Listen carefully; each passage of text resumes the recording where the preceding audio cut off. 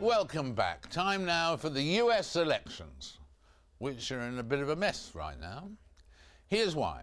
For historical reasons, elections and primaries in the USA always happen on a Tuesday. It's Thursday in Britain, it's Tuesday in the States.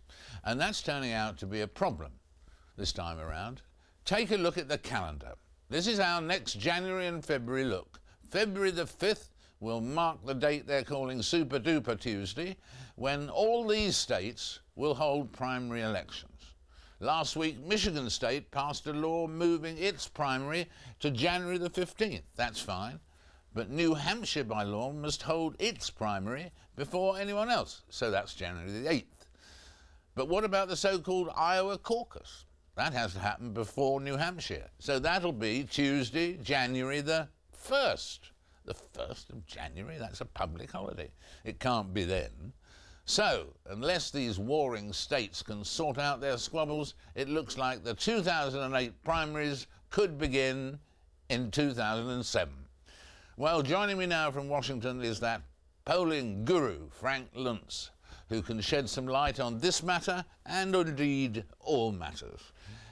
How will they sort this muddle out, Frank? Well, we've never seen such chaos. The candidates do not want to combine politics with the holiday season. Americans already dislike politicians. The idea of having to shop for your Christmas presents and listen to political speeches is just beyond what anyone will tolerate. My guess is that the Iowa caucuses will come at the end of the first week of January, on a Monday, that New Hampshire will move itself to a Saturday. It's already talked about it, and we have had some elections on Saturday. Michigan will follow on the 15th of January, and it'll still be a mess. And the people in Britain and Europe and all over the globe will be watching America and wondering, what the hell have these guys done? Exactly, and Super Duper Day will still be Super Duper Day, will it? Well, here's what's interesting. You have so many candidates on both sides, Republican and Democrat, that you could easily see Hillary Clinton doing well, but not well enough to knock out Barack Obama. And so on February 5th, he gets enough votes to continue on. On the Republican side, Rudy Giuliani's got the advantage, but John McCain and Fred Thompson are not far behind. You could have a situation where 4 candidates could survive until February 5th and do well enough that they too could go on. What I'm suggesting is that for the first time since 1976, by the time you get to the last primary, on one or the other side, Republican or Democrat, it will not be wrapped up. I think for the first time this election is so close that we will have a political nomination that will still be in doubt as we get to the summer.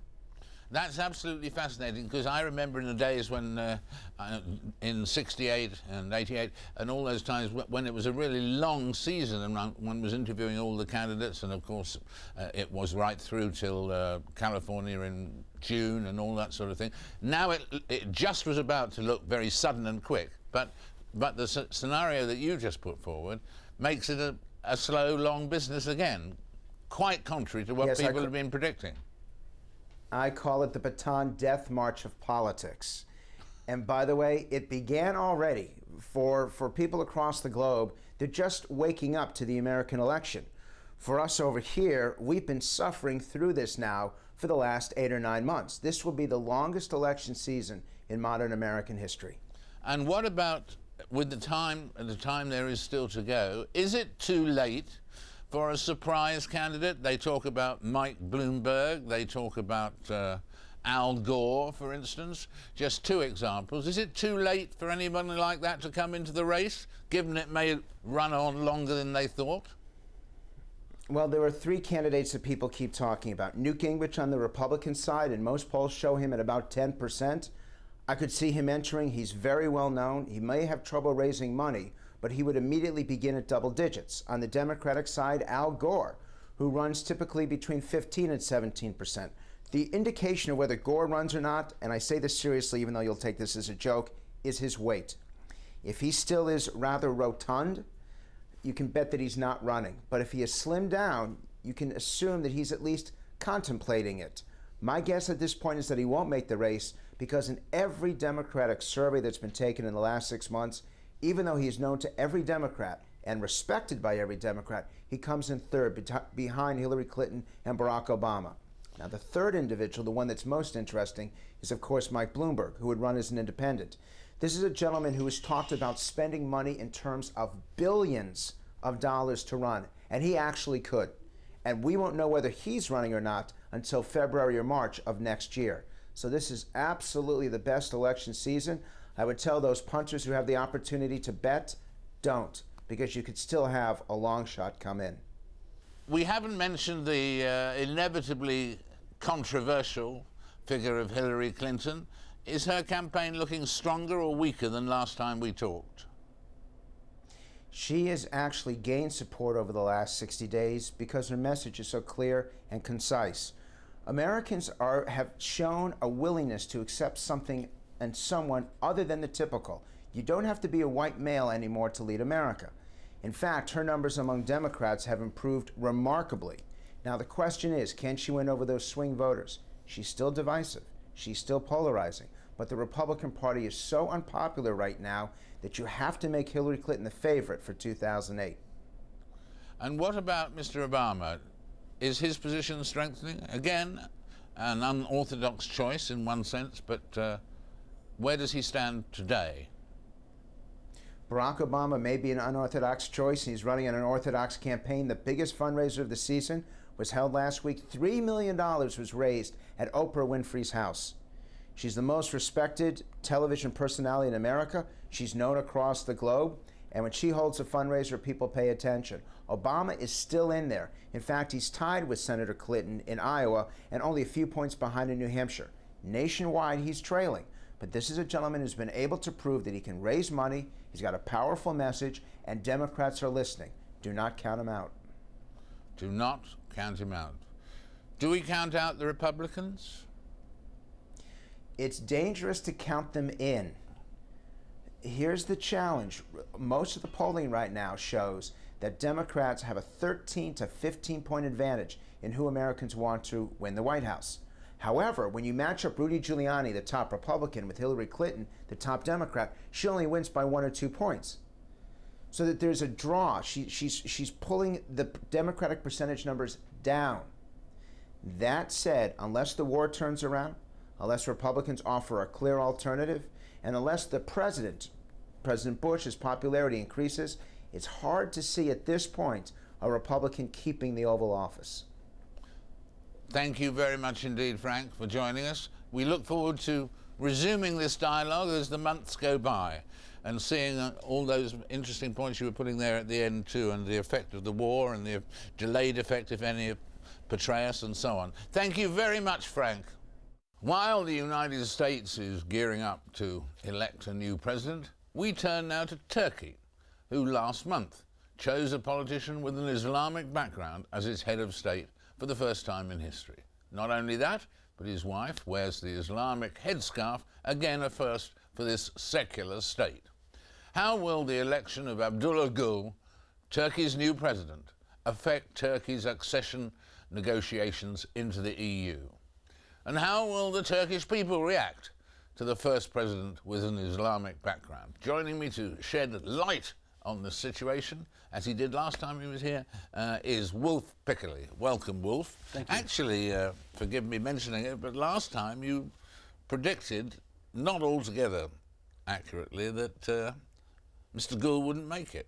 Absolutely, but that was May, and Gul was elected in August, and something very important happened in the meantime. Yeah. The party of Abdullah Gul, the Justice Development Party, won the election, the national election, on the 22nd of July, and they won 47% of the votes. For the first time in 20 years in Turkish history, a ruling party was able to get a second mandate, and it was the first party since 1954 to increase actually its percentage of votes from 34% in 2002 to 47% in 2007. Therefore, there was a very strong mandate, popular mandate from the people in Turkey for the ruling party, and it became basically almost impossible for the party itself to give in on Gul becoming the president. That's what changed the political landscape in Turkey. And there you heard the case for the defense. Now, coming on from that, the army, are they going to remain quiescent? Are they boycotted certain events and so on and so forth, but they haven't taken demonstrable action and so on. So there must be a hope of relative uneasy peace. Certainly, exactly. That the term is an uneasy truce, an uneasy peace. The military are not happy with Gul becoming president, but on the other way around, also the military had to consider the popular mandate that the party got on the 22nd of July. They boycotted some reception. On the other way around, the signal that we have seen from Gul since he's become president that he's trying very hard to compromise and to show that he's committed to secularism as he pledged in his first speech. The military, they will remain on the sideline. They will keep a very close eye on both President Gul and the party, the Justice Development Party, and they will certainly exploit any false step that either of these two will take to make it clear where they're standing.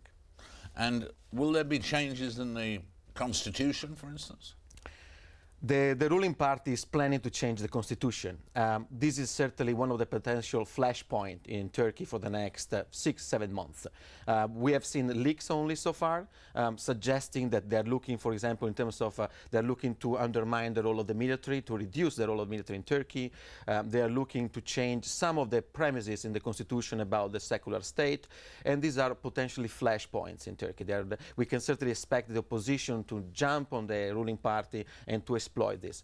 On the other way around, Turkey badly needs a new constitution. The EU has been asking for a new constitution since 2001. We have seen this one has got important kind of loopholes there, and therefore, again, if they manage to accomplish, to get a new constitution in place in a smooth way, it would be a very important step for Turkey, and especially for its bid for membership in the European Union. Well, that was the last point I wanted to make, is does the appointment of Mr. Gul give Turkey a better chance of entering the EU or not?